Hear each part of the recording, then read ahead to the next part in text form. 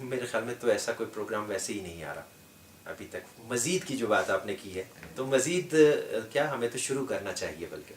کیونکہ یونیورسٹی ایک ایسا لیول ہے جہاں سے جو ہم پروڈکٹ نکلتی ہے وہ سیدھی مارکیٹ میں جاتی ہے، کیونکہ اس سے پہلے جتنا بھی عرصہ ہوتا ہے ان کا وہ ایسے لوگوں کے ساتھ ہوتا ہے کہ جہاں پہ وہ صرف ابھی لرن کر رہے ہوتے ہیں، سمجھ رہے ہوتے ہیں. لیکن جب آپ ان کو فیلڈ میں بھیجنا شروع کرتے ہیں، وہ کسی بھی فیلڈ میں، اب ضروری نہیں کہ صرف میڈیا ہی ہو، اب انہیں بطور استاد بھی کہیں جانا ہے، بطور انہیں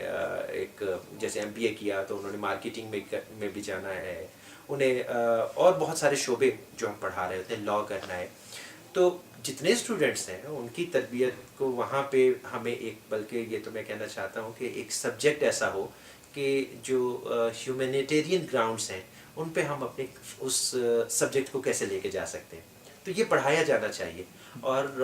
اس کے ساتھ ساتھ ان کی تربیت کہ جیسے ہم کسی آفیسر کی ایک تربیت کرتے ہیں، تو اس طرح جب فیلڈ میں ہم اپنے پروڈکٹ بھیج رہے ہیں تو ان کو را ہینڈڈ نہ بھیجیں، انہیں ان کے فرائض کے اندر جو ان کی ایمانداری ہے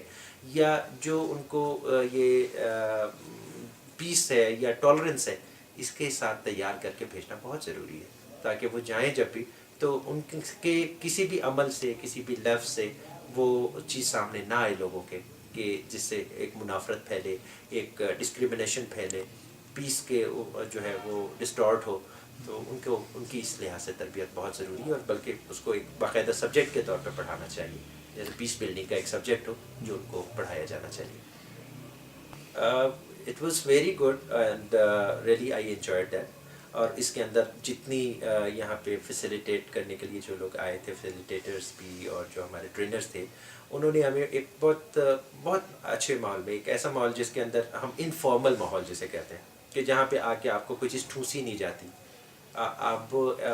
چونکہ ایز اے اسٹوڈنٹ بھی، اور چونکہ میں اپنے آپ کو ہمیشہ اسٹوڈنٹ کہنا پسند کرتا ہوں،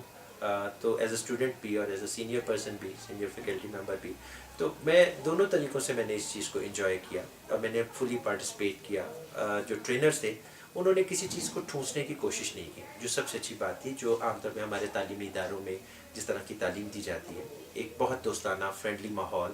اور پھر اس کے اندر آپ کو رائے کا اظہار کرنے کا موقع، اور اسی رائے کے اندر سے آپ نے نتائج نکالنے ہوں تو وہ اس کا ایفیکٹ بہت زیادہ اچھا آتا ہے. کہ جب آپ بات کرتے ہیں کہ جی یہ کر لو، سچ بول لو،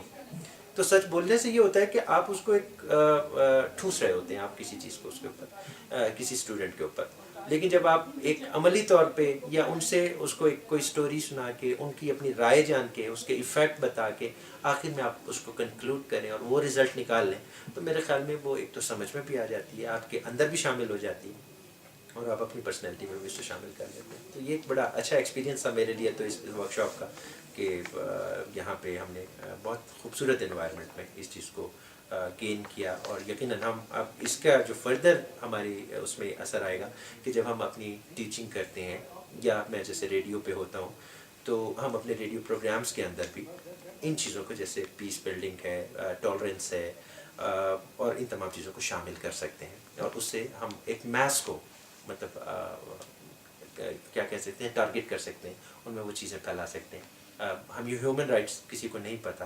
تو ہم اب جو میں نے یہاں پہ ابھی کل رات بھی بیٹھے ہوئے ہم نے بات کی، ایک ڈسکشن کی کہ ہم اپنے پروگرام میں جتنے یہ ہماری کمٹمنٹس ہوئی ہیں، ہم ان کے جو آرٹیکلز ہیں روزانہ ایک